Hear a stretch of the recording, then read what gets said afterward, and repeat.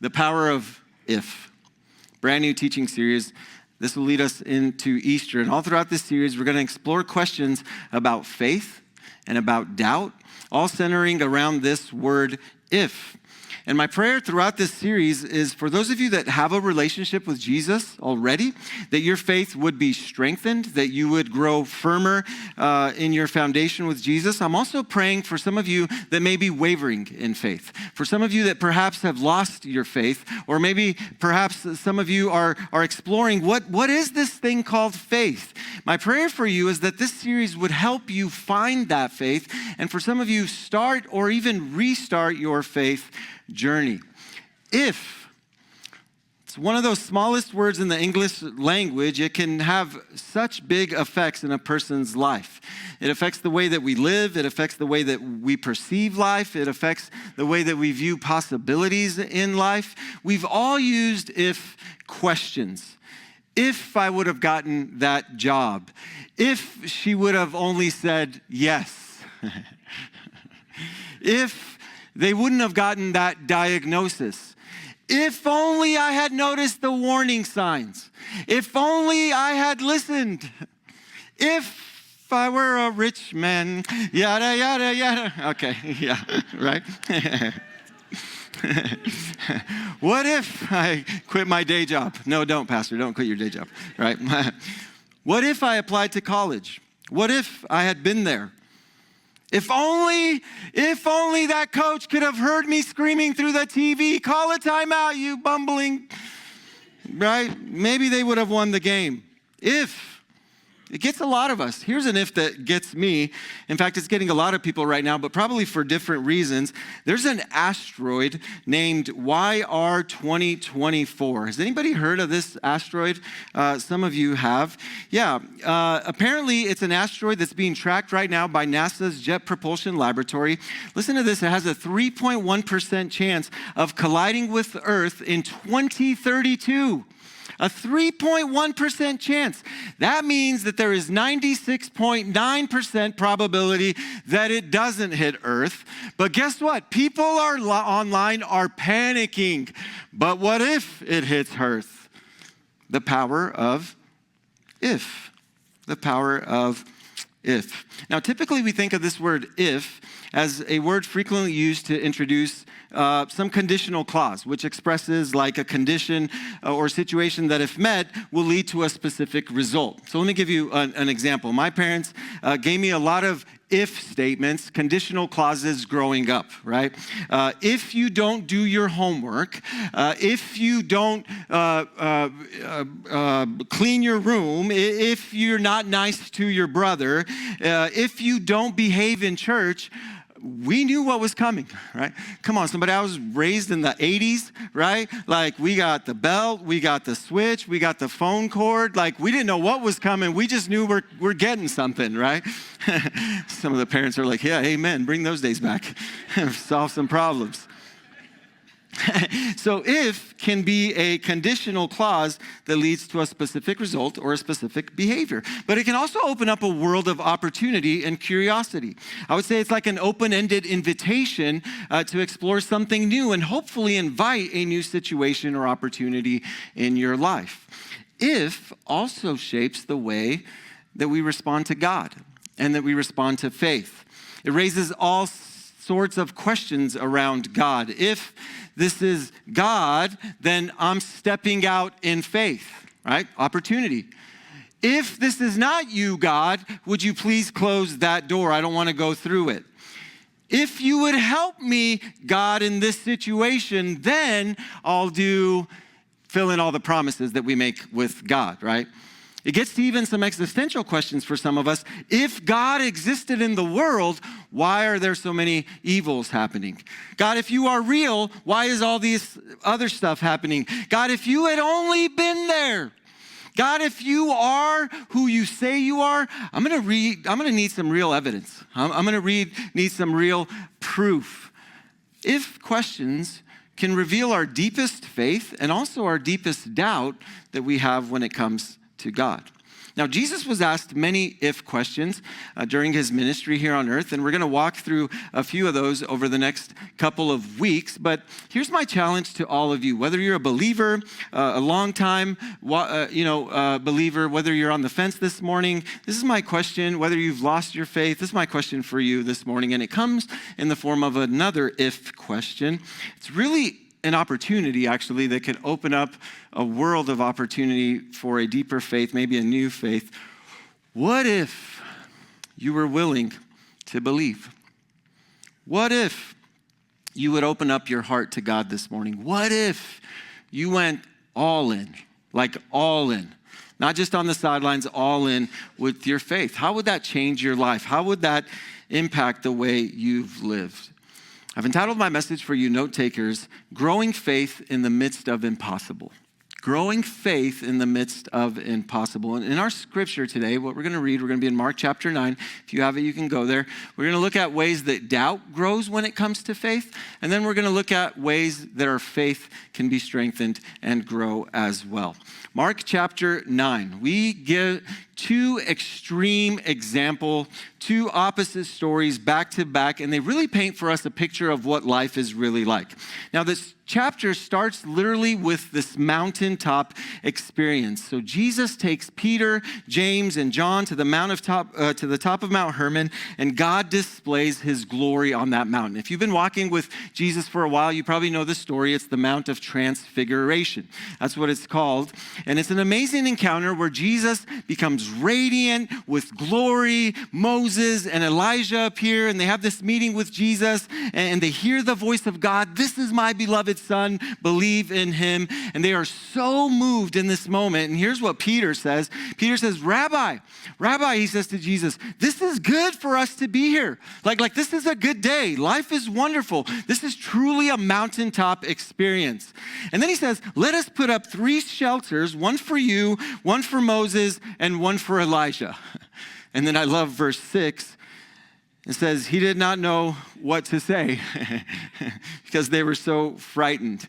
And notice it's written in parentheses because the writer is basically saying, I'm just letting you know, Peter had no clue what he was saying in that moment. You know, this is a guy who a few chapters earlier said, you are the Messiah, the Christ, the Son of the living God. Like what a bold declaration. And now he's saying something numbskull like, hey, let's build 3 tiki huts over here so you guys can just hang out and we can have a party, right? It's like, what? What's going on here? Like, why? No, Moses and Elijah come back from the dead. We see a glimpse of the glory of Jesus and we hear his voice and you want to build a hut so we can protect the Son of God out here? And I can imagine Peter being like, I don't know, I thought it was a good idea. But listen, I can relate to Peter. Have you ever been in a moment of pure bliss, excitement, joy, and then you just say something awkward in that moment? Okay, fine, it's maybe just me. And you're why did I just say that, right? But what I love about Peter is the fact that he's genuine. And what Peter is doing here, he's actually trying to preserve the moment.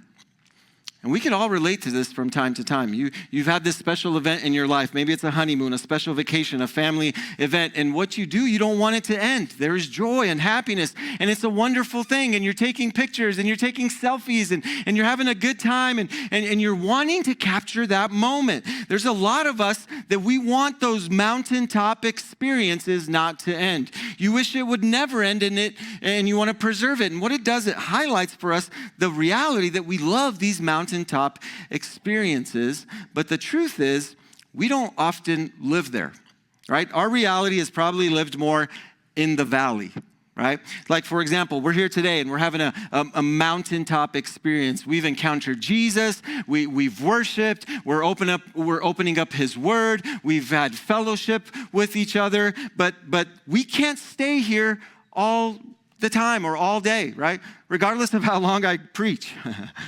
We go back into the valley.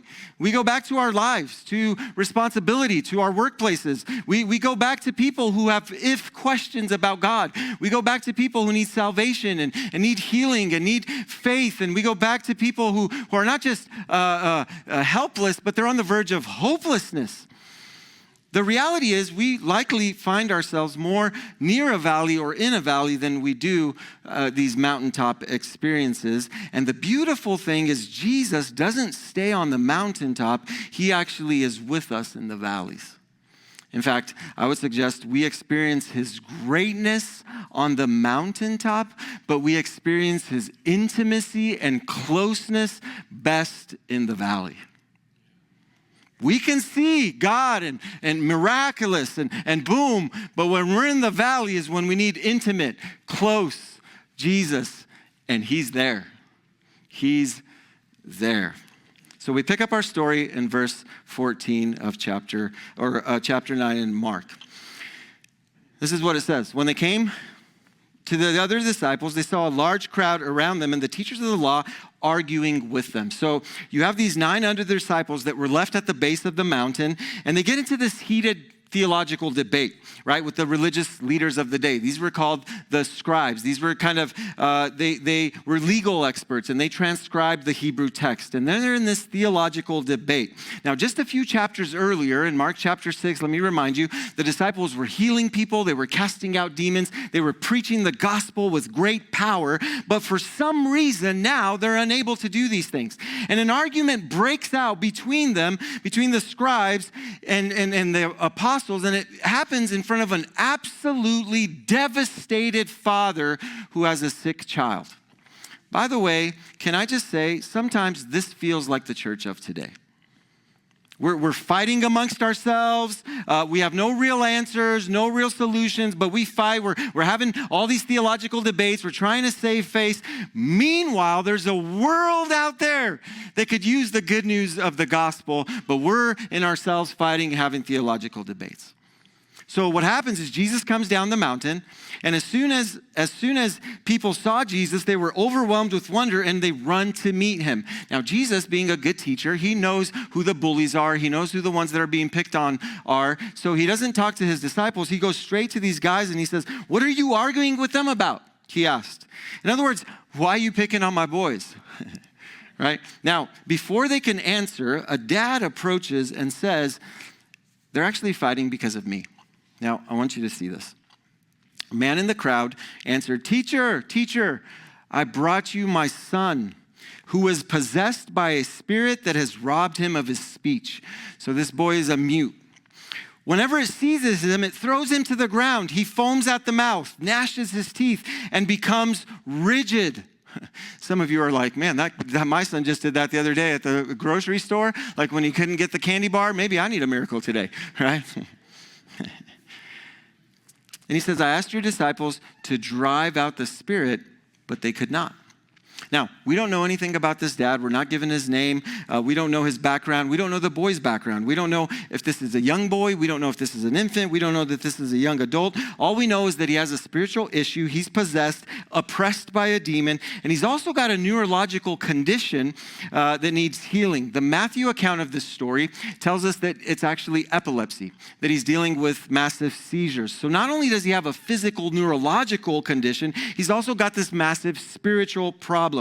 He needs healing. He also needs salvation and deliverance. And the dad is looking for Jesus, but Jesus is not available. So the dad says, "Okay, well, I've seen the disciples do this kind of stuff before. I'm going to go to them," right? Like when you can't get to Jesus, what do? You get to the next best thing. You go to the B team, the disciples. Now, I want you to pause for a second real quick, and I want to make sure that I address this. Listen very carefully. Not every neurological condition or physical condition is a result of demon activity. Okay, this is really important to know. We live in a world where everything is broken because of sin. Every aspect of life is tainted by the fall. And sometimes bad things just happen. And we live in a world of pain and brokenness. And not everything is how it should be. So we can't look at everything not being the way it should be and think, well, this is just, a result that somebody has sinned, or this is the result that they were being punished because of something in their past. Okay, because there's another situation in John chapter 9 where Jesus encounters a man who was born blind, and everybody's kind of looking at this man. Even the disciples ask, "Hey, what's going on with this man? Why is he blind? Who sinned? Was it his parents? Was it him?" And Jesus says, "No, neither. No, this is an example of, this isn't an opportunity for me to show my glory, right? To put my glory on display. So I want to make sure that gets cleared up.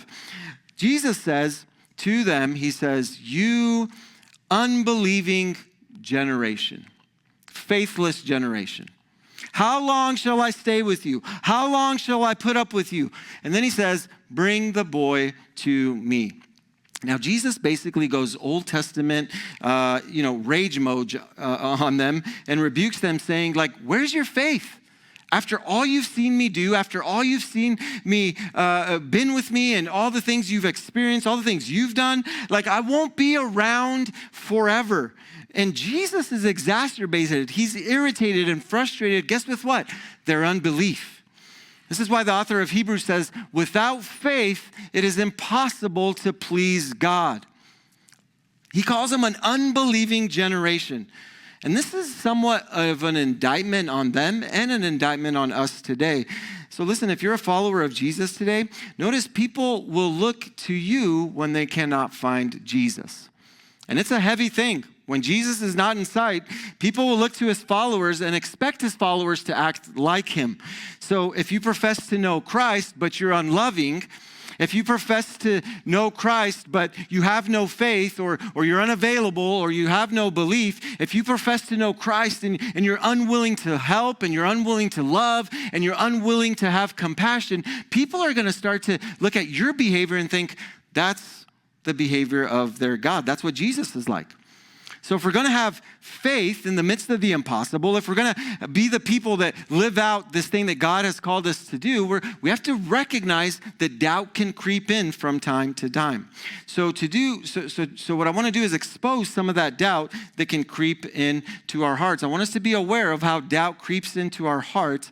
And there are a few ways that it does. If you're taking notes, jot some of these down. Here's the first way that doubt grows, and that is when we take on the belief of the naysayers around us.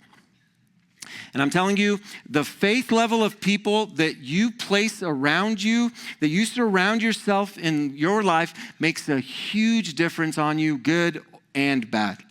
I like to use the word contagion, because it's contagious. It's like a contagion. If you're around positive, faith-filled people, you are most apt to believe and to know, hey, God's got this.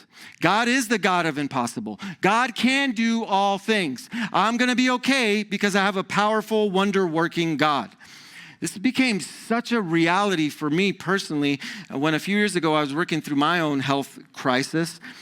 These were the only type of people that I wanted to be around. People that were going to build my faith. People that, this was like a breath of fresh air. People that, like living water. Like, I knew exactly who to call when I needed encouragement, and I knew who to kind of stay away from because they were going to discourage me, right? And you need to get around people that are going to encourage you.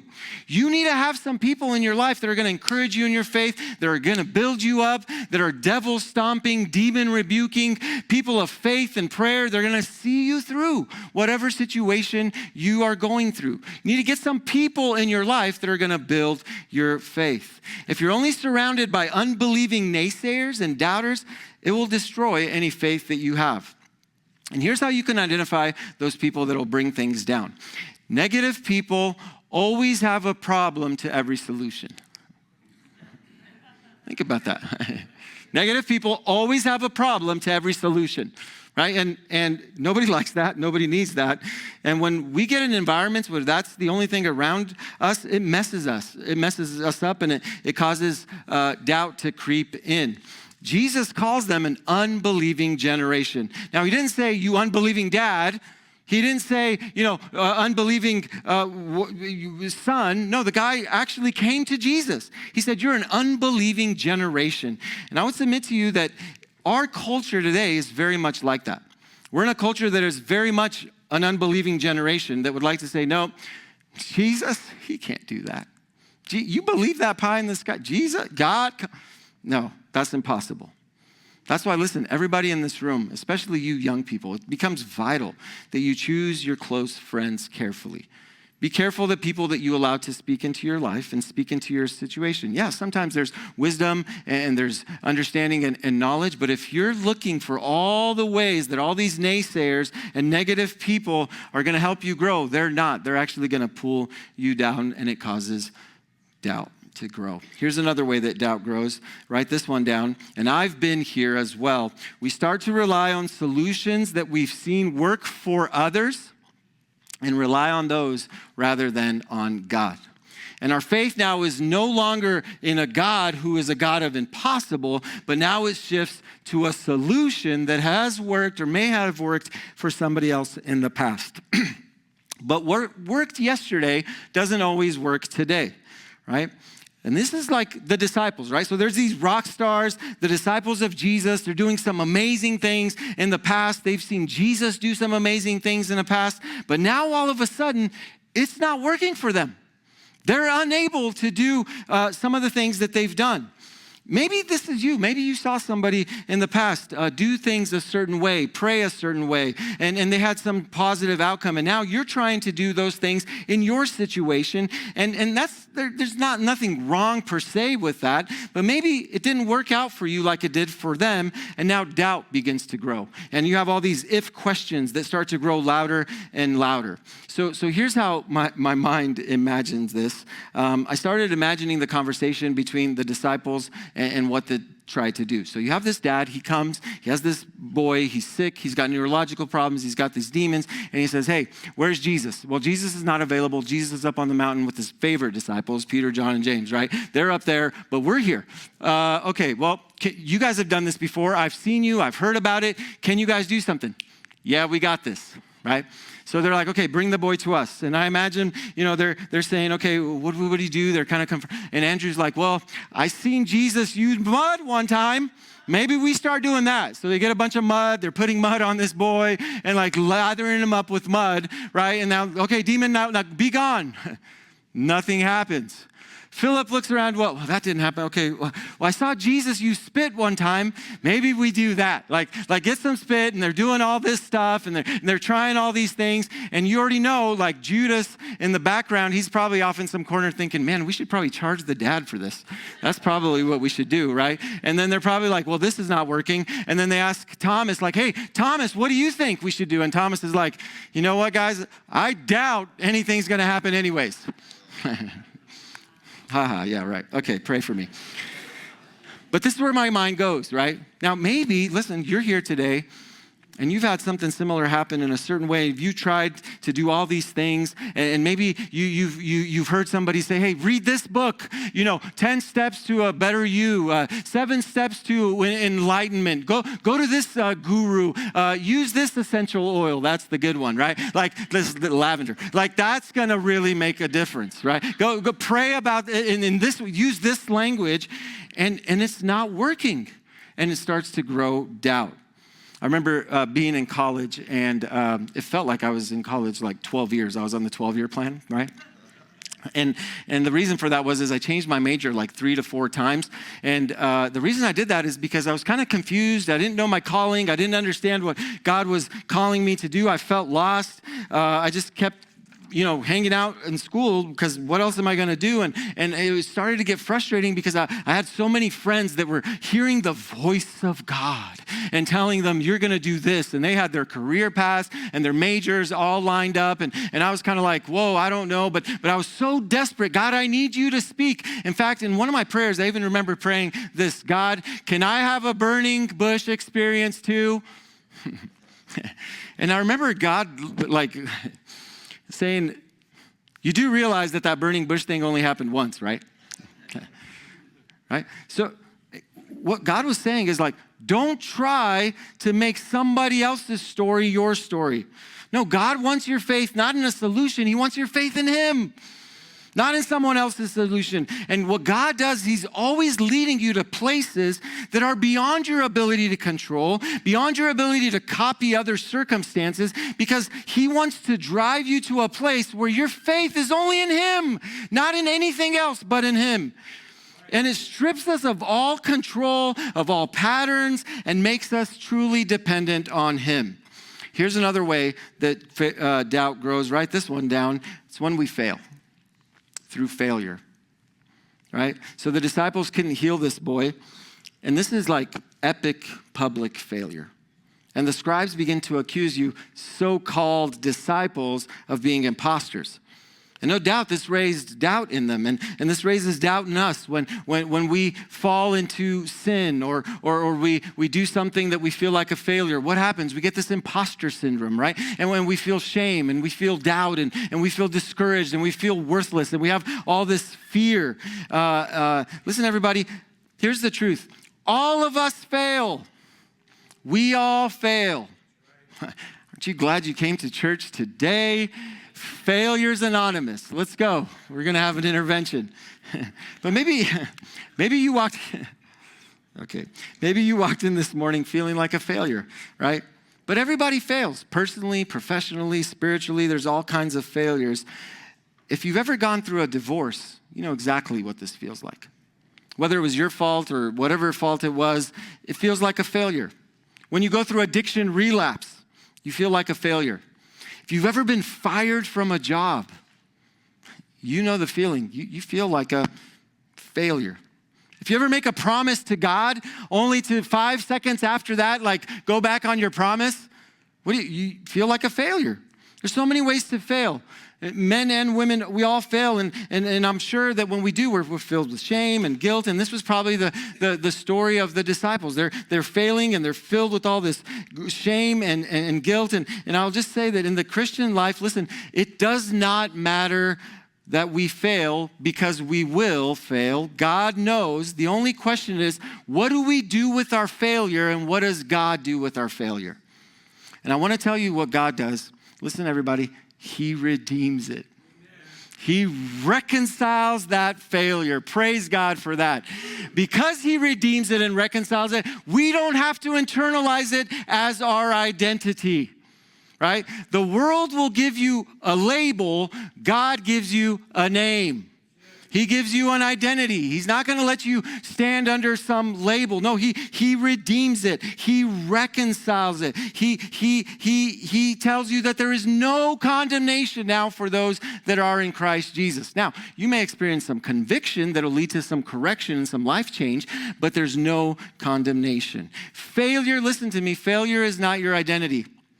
I don't care how many times it was spoken over you. I don't care how many times you failed. I don't care how many times your parents have called you a failure, your friends or family. You are not a failure. Your identity is set and secure in Christ Jesus. Come on, say an amen right there. Yeah. I love the story of Thomas Edison.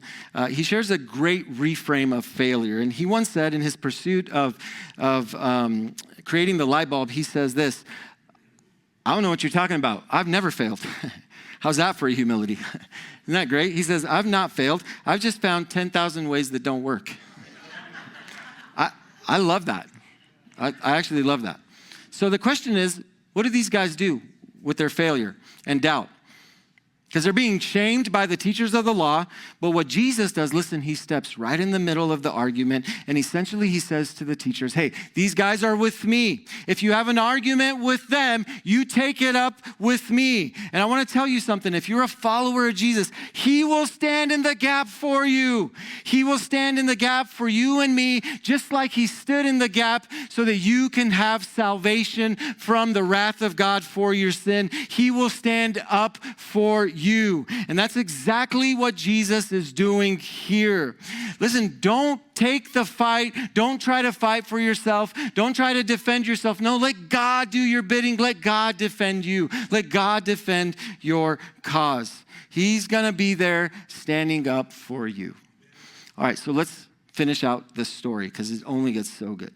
So Jesus says, bring the boy to me. So they bring him. When the spirit saw Jesus, it immediately threw the boy into a convulsion. So now he's having this massive seizure. He fell to the ground and rolled around, foaming at the mouth. Jesus asked the boy's father, how long has he been like this? Listen, from childhood, he answered. Now, this almost sounds like this detached physician kind of question from Jesus, right? Like, how long has the patient been in this condition, sir? Right? But that's not the heart of Jesus. Jesus' heart is breaking seeing this boy convulse. Now, I want you to think about this. This wasn't a couple of days ago that this started. This wasn't a couple of weeks or a couple of months. This man had been watching his son be tormented by a combination of physical, neurological, oppressive, demonic spirits since childhood, and he could not do anything about it. He could not control it. This dad is helpless. And he's on the verge of hopelessness, and he's got nothing that he can do. He's surrounded by all this pain. He's surrounded by doubt. The inability of the disciples to do anything have kind of dinged his faith. Like, what can he say? What would you say in that situation? If this was your boy, or if this was your daughter, or if this was somebody that you loved and cared for? He goes on to say, it has often thrown him into fire or water to kill him. Now, this may be reading into the text a little bit, but this screams to me of even suicidal attempt. Now, here's the if question, okay?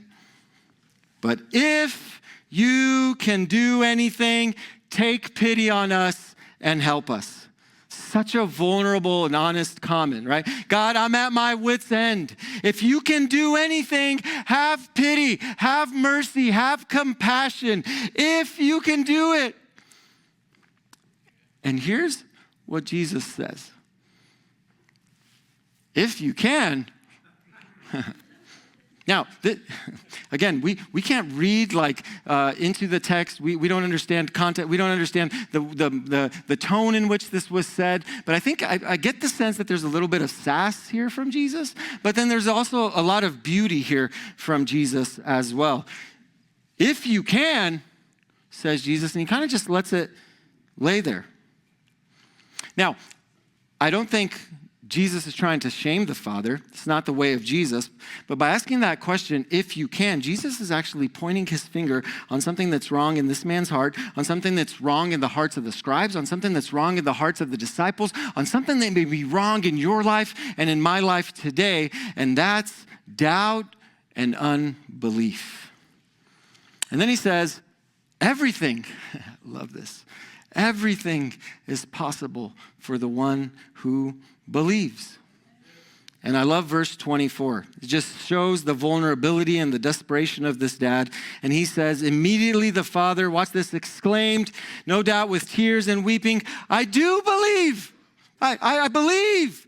Like in that word exclaimed there, if you look it up in the original language, it's like this shrieking sound that he makes. It's like what a vulture would say. Like it's just this loud, painful, anguished, like, I believe.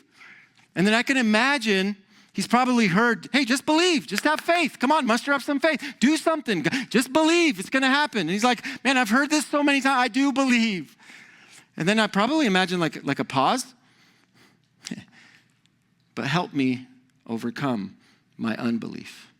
And I love the honesty here, as I think this is one of the most, if not the most, honest expressions of faith recorded in the entire Bible. And I can relate. He says, I believe, but at times I have unbelief too. I have faith, but sometimes I have doubts. There are times when I'm really strong and I'm on fire, and then there's times when I'm weak and I'm down. I believe, but you're going to have to help me. And I'll tell you, there's so many people in the church today that would probably say, well, yeah, this is the problem of the guy, right? Like he doesn't have enough faith. No, the belief is not where it needs to be, right? And some of us even imagine Jesus saying something like that. Like, hey, if you would just get more faith, if you would just have more faith, if you would just muster, like your faith thermometer, meter, gauge reader is on empty, bud. That's why it's not working. That's why nothing's happening. Like, have you ever been in one of those moments where you're just low and at your wit's end, you're just down and somebody comes to you and just says, you just need to have more faith. And you're on your knees, you're barely getting by, you have all these issues and it's like, dude, like what more do you want? Like, what can I do? What am I doing here? And this is so beautiful from Jesus. Because Jesus doesn't say any of that. Jesus doesn't shame the man. Jesus doesn't say, well, hey, until you get your faith up, I'm not going to do anything. No, Jesus says, I can work with that. Your little unbelief, your little mustard seed of faith, I got you. I can work with that. And he heals and delivers this boy from the demon. Let's finish out. When Jesus saw that a crowd was running to the scene, so he had to expedite the process before it got out of hand, he makes the rarest of double commands. Listen to what he says. It's like, you're going to get out and you're never coming back in, right? The demon is never coming back. He rebuked this impure spirit, you deaf and mute spirit. He said, I command you, come out of him and never enter him again. And the spirit shrieked, convulsed him violently and came out. The boy looked so much like a corpse that many said, he's dead. This is like the demon's last attempt, throwing this last little hissy fit before he comes out, but he comes out. And then Jesus took him by the hand and lifted him up to his feet, and he stood up. Now, after Jesus had gone indoors, so now he's just him and his disciples asked him privately, why couldn't we drive it out? And he replied, this kind can only come out by prayer and fasting. Now, really quickly, just a few more minutes, okay?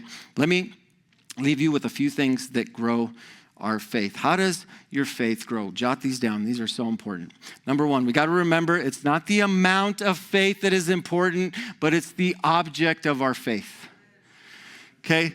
Like, if you're not going to remember anything in this message today, like if nothing resonates, please, this is so important. I want you to get this. This is probably the most important thing that you can get. This is so profound, and I'm just not a good enough communicator to express the weight of this, but once you understand this, it's a game changer. Whether you're new to this stuff, whether you're a Christian veteran, right? Faith is something that we all wrestle with from time to time. But we need to remember it's not the depth of faith that you possess that causes a response. It's the object you place, whatever little faith you have in, that matters. So when you're in the valley, when you're struggling, when you have been fighting something for a long time, sometimes it's like we're just too weak to have all this kind of faith, and we kind of muster up all this faith. And Jesus knows that. He knows that sometimes all we have is just a little bit of faith. But Jesus will take our little and use it for his glory to help us. Even a little belief mixed in with some unbelief is better than no belief at all. See, this man's entire cry is a cry of faith. He says, hey, I believe, Jesus, that you can heal my son, and I believe that you're the only one that can help me believe it also. He's not resting on any other thing but Jesus. Faith is taking whatever I have, whether it's little or a lot, and placing it all on Jesus. He is the object of faith.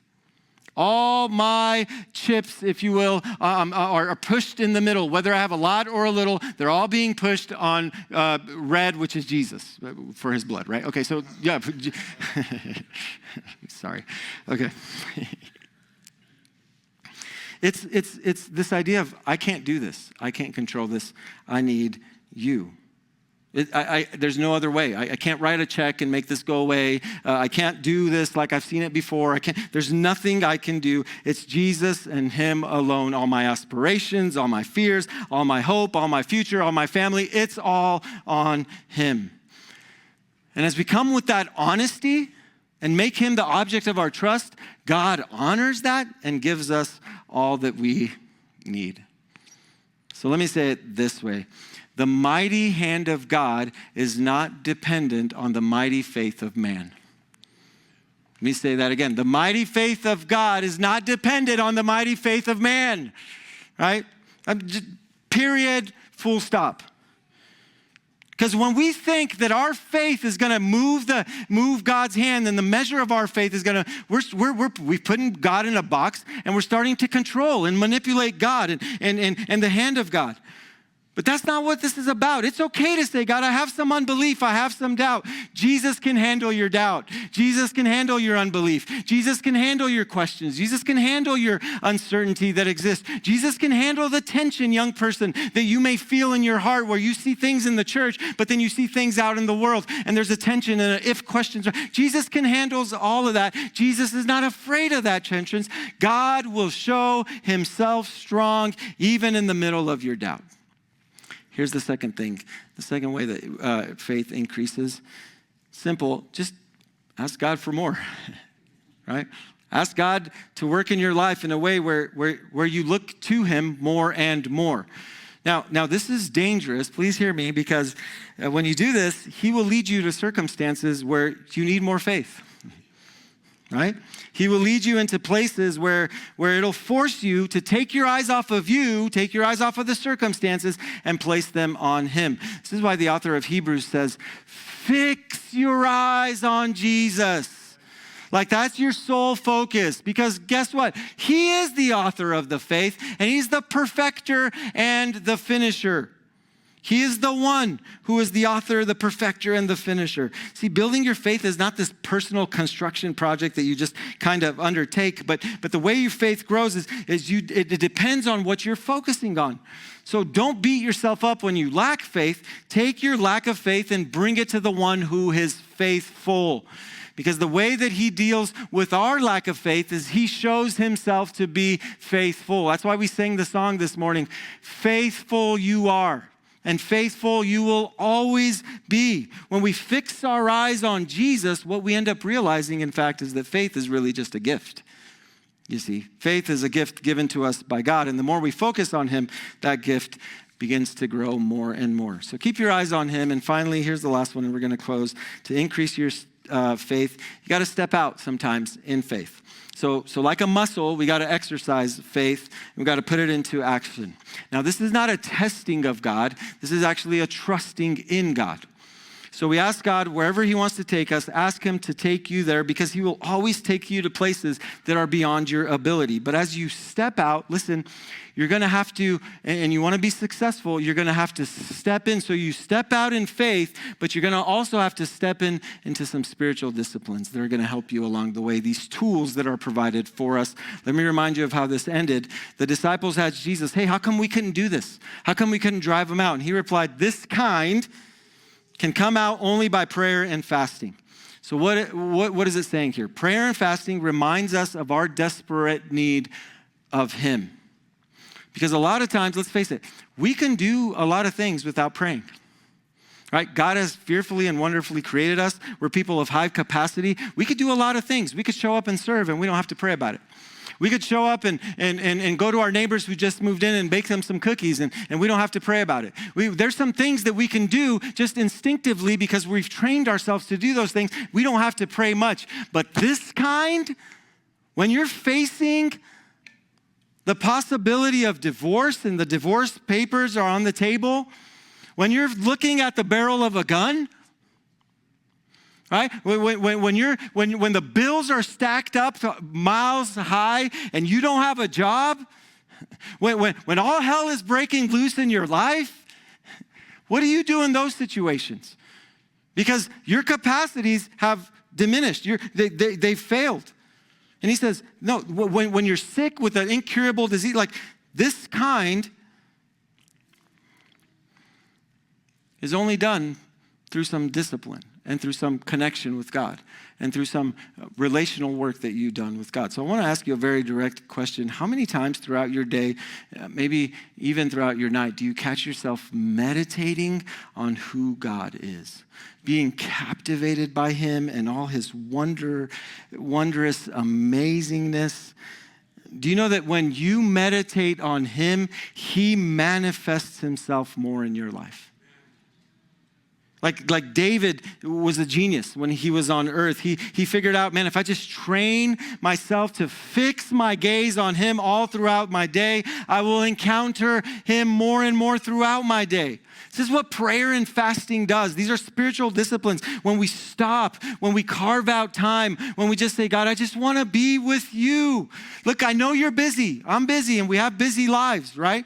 But nothing you're doing is more important than doing nothing with God. Just being in his presence.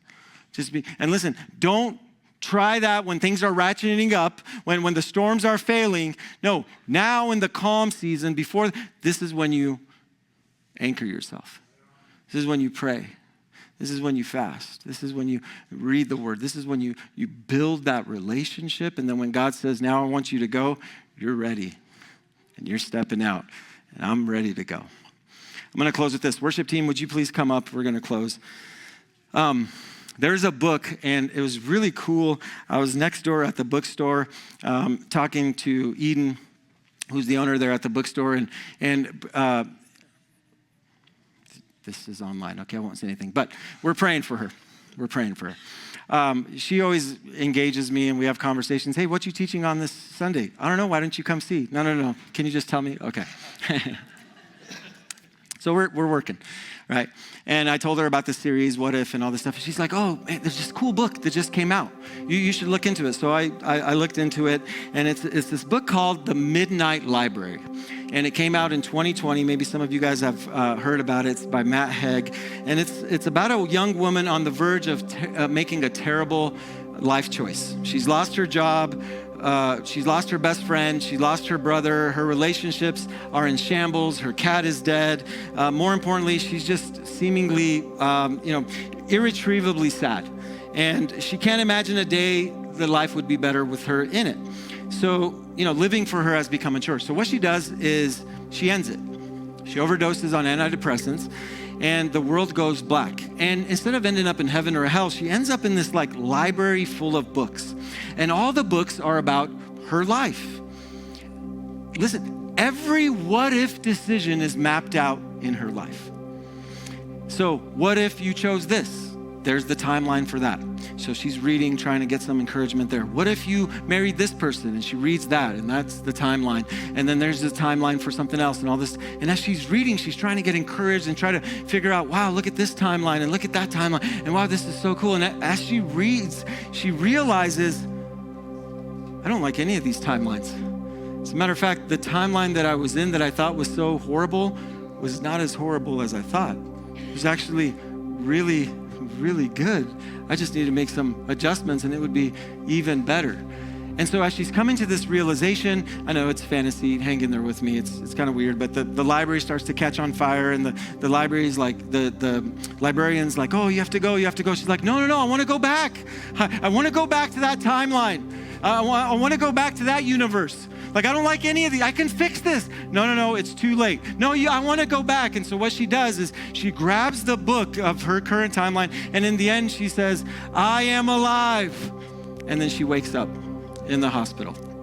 And she goes back into the timeline that is hers, and she fixes all her relationships, and she fixes all her issues, and she just enjoys life, and it's great. Here's the question that I started out with. What if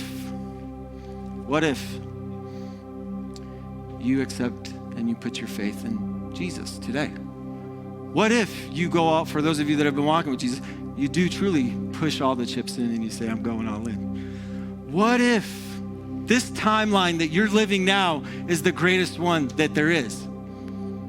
And here's the deal. Just like with this lady in this fantasy, it's not actually fantasy, it's a reality. We don't get a do-over, everybody.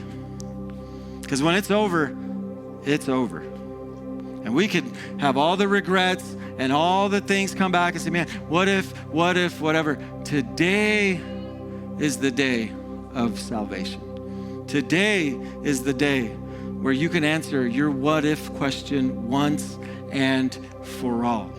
Now, as I thought about this multiverse and these what if things, I kind of go back to this story and I think about, what character would I be? What character would you be in the story? Would I be one of the scribes? One of the religious leaders? Would I be one of the disciples? Maybe I'm the father in the story. Maybe you're Jesus. I can't be Jesus, but maybe you're Jesus in the story. Okay, nobody's Jesus in the story, okay? But here's the reality. Let me just paint this reality for you. You know who we are in the story? We're the boy. Because ever since childhood, you and I were sick. And we've been fighting a sickness, a spiritual sickness. And yes, you look good now and you don't look dead and you look alive, but some of us were spiritually dead, and we know what that meant. And we were tossed around by the world, convulsed by the world, thrown into this lake, thrown into that, thrown into this. And we're searching and we're longing and we're trying to find true happiness and true joy and true peace and true love. And we're at our wits' end and we can't find it. And there's no other timeline. And when, what do we do? And until Jesus makes the promise to this boy, hey, bring the boy to me. And that's available for you today. Come to Jesus today. Because he can come in, he could take that shame, he could take that guilt, he can take that sin that has separated you from God, take it away, and he can give you joy. He can give you life. And like the book said, he's the only one who could write next to your name, I am alive. And then you live with him in heaven in eternity. That's it. That's it. So what if today is the day when you say yes to Jesus?